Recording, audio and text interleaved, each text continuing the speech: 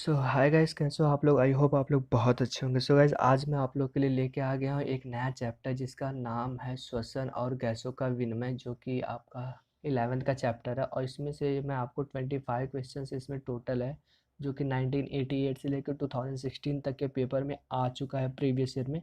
और मैं आपको, जैसा कि मैंने आपको बताया था, 2017, 18 और 19 का पेपर मैं आप लोग को सेपरेटली अलग से कराऊंगा। तो इसमें काफ़ी अच्छे क्वेश्चंस है। आपका अगर एनसीईआरटी क्लियर है तो ये सारे जो हैं आपके अच्छे खासे एमसीक्यूज लग जाते, काफ़ी इजी आते हैं। ठीक है, आपका नीट अच्छे से क्लियर हो जाएगा। तो इसमें पहला कहता है, त्वचा एक सहयोगी श्वसन अंग की तरह कार्य करती है। तो मेढक में होती है। जब मेढक पानी में होता है तो वह अपने शरीर के जो त्वचा होती है उससे श्वास लेता है, और जब बाहर रहता है तो लंग से सांस लेता है। ठीक है, अब दूसरा आता है, दूसरा कहता है कूपिका एपिथेलियम उपकला फेफड़ों में होती है। इसका ऑप्शन बी है, जो कि रोमा भविहीन सल्की। ठीक है, तीसरा कहता है CO2 का ऊतकों से श्वसनीय सतह तक परिवहन होता है केवल, तो प्लाज्मा व इरिथ्रोसाइट द्वारा होता है। ठीक है, ये काम। अब आते हैं चौथा, चौथा कहता है हीमोग्लोबिन का ऑक्सीजन विघटन कर्व होता है, तो सिग्मा कार होता है। यहाँ पे पांचवा कहता है, पांचवा यहाँ पे है, ये पांचवा कहता है कि एक सेकेंड ना, यहाँ पे पांचवा कहता है कि वायु स्वच्छो स्वच्छोश्वासित की जाती है। तो यहाँ पे पहले नासा छिद्र होता है, फिर ग्रसनी होती है, फिर कंठ, फिर श्वास नली, फिर ब्रोंकाई, फिर श्वसन काय, फिर उसको कूपिकाएं होती हैं। और उसके बाद आता है आपका छठा, छठा क्या कहता है, यद्यपि रक्त द्वारा काफ़ी मात्रा में CO2 का परिवहन होता है, फिर भी एक अम्लीय नहीं होता है। क्योंकि क्योंकि CO2 के परिवहन में रुधिर अम्ल क्षार महत्वपूर्ण नियंत्रक भूमिका निभाते हैं। तो ये ऑप्शन इसका बी है। सातवां कहता है कि रुधिर में फेफड़ों तक CO2 का संवहन मुख्यतः किस रूप में होता है। तो इसका ऑप्शन ए है, प्लाज्मा में घुली अवस्था में होता है। आठवां कहता है कि एक सामान्य वयस्क मनुष्य के श्वसनीय आयतन में 100 मतलब 1500 ml की मात्रा बताती है।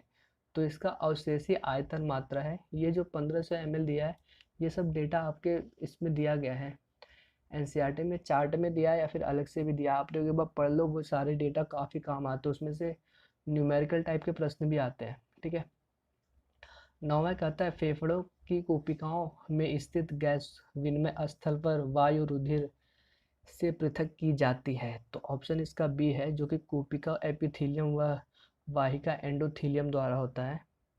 अब आते क्वेश्चन नंबर 10 पे। तो यहाँ पे 10वां कहता है फेफड़ों की कोशिकाओं में गैसीय विनिमय होता है। तो इस ऑप्शन ए इसका साधारण प्रसरण द्वारा होता है। और 11वां कहता है क्लोराइड आयनों में प्लाज्मा से आरबीसी के प्रवाह की प्रक्रिया व कार्बोनेट आयनों के आरबीसी से प्लाज्मा में प्रवाह की प्रक्रिया कहलाती है। तो क्लोराइड विस्थापन शिफ्ट कहलाता है यह प्रक्रिया। 12वां कहता है निम्नलिखित में से कौन सा मानव अंग ऑक्सीजन की कमी होने पर सर्वाधिक प्रभावित होता है। तो सबसे पहले मस्तिष्क प्रभावित होता है, क्योंकि इसको ज़्यादा ऑक्सीजन की ज़रूरत होती है। और यहाँ पे 13वां कहता है रक्त में CO2 की सांद्रता बढ़ने पर श्वासोच्छ्वास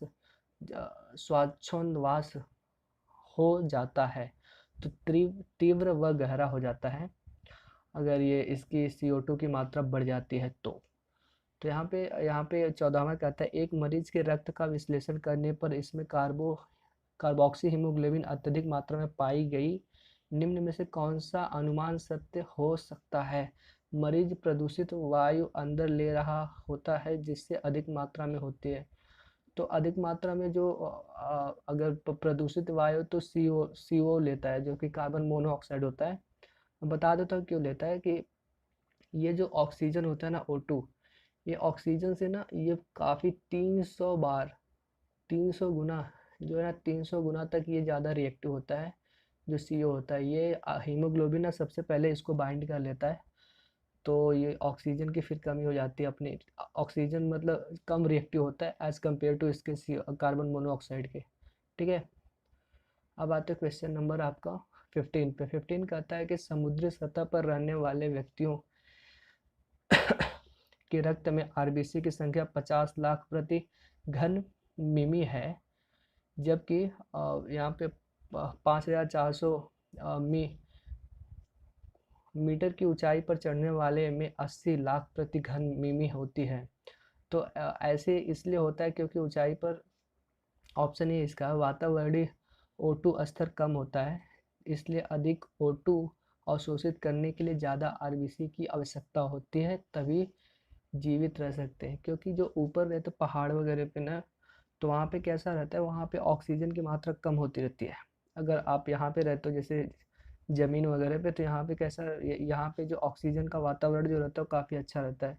ऊपर जैसे जैसे जाते रहते हो वैसे ऑक्सीजन की मात्रा कम होती रहती है। ठीक है। 16वां कहता है, निम्नलिखित में से कौन सी एक प्रकार की स्तनीय कोशिकाएं वायवीय रूप में ग्लूकोज का कार्बन डाइऑक्साइड में उपापचय करने में सक्षम नहीं होती है? तो इसका ऑप्शन डी है, जो कि लाल रक्त कोशिकाएं होती है, ये सक्षम नहीं होती हैं, बाकी सारे सक्षम होते हैं। और यहाँ पे 17वां कहता है, नीचे दिए जा रहे आंकड़ों में एक सामान्य वयस्क मानव की 4 श्वसन क्षमताएं 1 से चौथे तक गड़बड़ किए हुए 4 श्वसन आयतन दिए गए हैं, तो उनका सही से मिलाना है, जो कि मैंने पहले से मिला के भी रखा है। एक्चुअली ये जो पीडीएफ था उसी में मिलाया हुआ था। तो यहाँ पे पहला कहता है कि अवशोषी आयतन, अवशोषी आयतन यहाँ पे आता है 1200 ml पे आता है।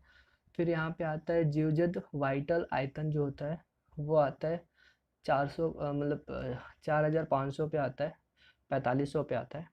और यहाँ पे अंतर श्वसन रिजर्व आयतन जो होता है वो 2500 ml पे आता है। और जो अंतर श्वास क्षमता होती है वो आता है 3500 ml पे। ठीक है।